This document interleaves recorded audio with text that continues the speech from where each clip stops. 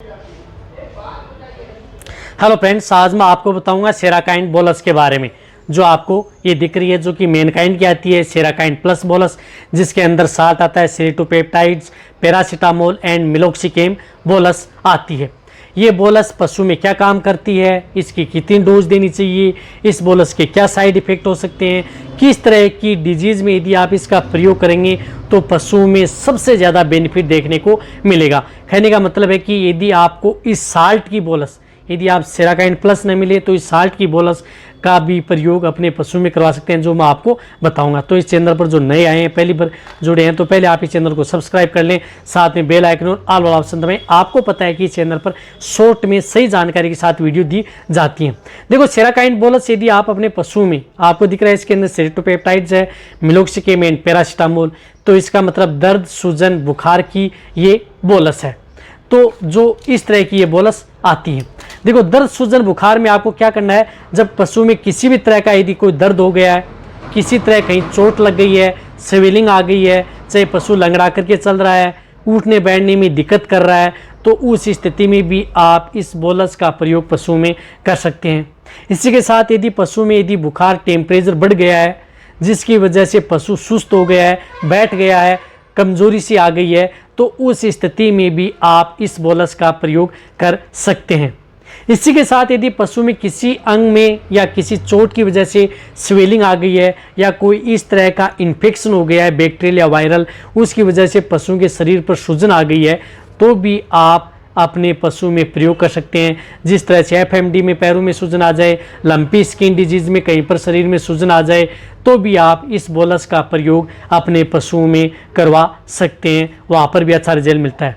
इसी के साथ साथ इन बोलस का प्रयोग यदि पशु में जो मेस्टाइटिस, थनैला रोग, यदि पशु में थनैला रोग हो जाता है, जहाँ पर थन में सूजन आ जाए, अड्डर में सूजन आ जाए, पशु जैसे दूध निकालने के लिए पशुपालक बैठता है तो दूध नहीं निकालने दे, पैर ऊंचे नीचे रखे, तो ये देख लेना चाहिए कि पशु में मेस्टाइटिस, सूजन आ गई है, स्वेलिंग हो गई है थन में, तो आप इस बोलस का प्रयोग पशु में करवा सकते हैं।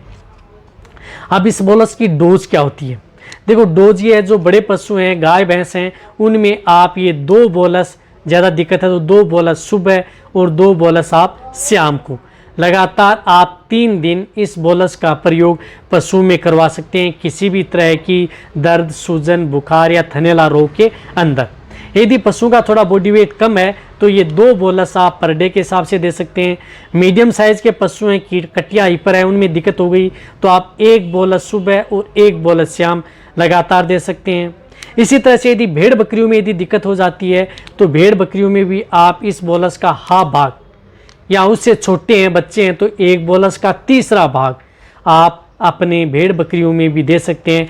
देने की विधि है कि डायरेक्ट आप पानी में घोल करके पिला सकते हैं, या कोई भी बांट या दाना मिश्रण दे रहे हैं उसमें मिक्स करके दे सकते हैं इस बोलस को।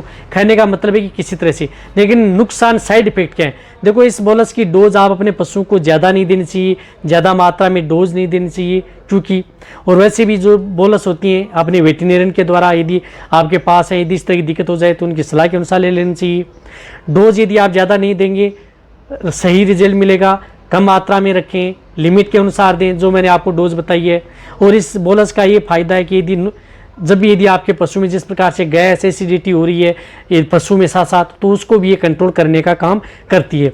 साइड इफेक्ट ये है कि पशु में कई बार इसमें डायरिया हो सकता है, दस्त हो सकते हैं, या डायरिया के साथ खून सा आ सकता है, तो इस तरह के साइड इफेक्ट पशु में देखने को मिल सकते हैं, तो आप उससे ज़्यादा आपको घबराना भी नहीं चाहिए। कहने का मतलब ये तब होता है जब पशु की डोज की मात्रा ज़्यादा लग जाती है। तो वैसे ये प्रेग्नेंट पशुओं के लिए हो चाहे या ज्ञाबिन पशु, उनके लिए भी ये सेफ रहती है। कहने का मतलब है कि छोटे से बड़े पशुओं के लिए सेफ बोलस है। तो ये वीडियो जितना हो सकता है पशुपालक या वेटरनरी स्टूडेंट है उनके साथ शेयर करें। इसी तरह की नॉलेजेबल वीडियो आपको इस चैनल पर ऐसे ही मिलती रहेंगी। इसी तरह से वीडियो देखते रहें। थैंक्स, धन्यवाद।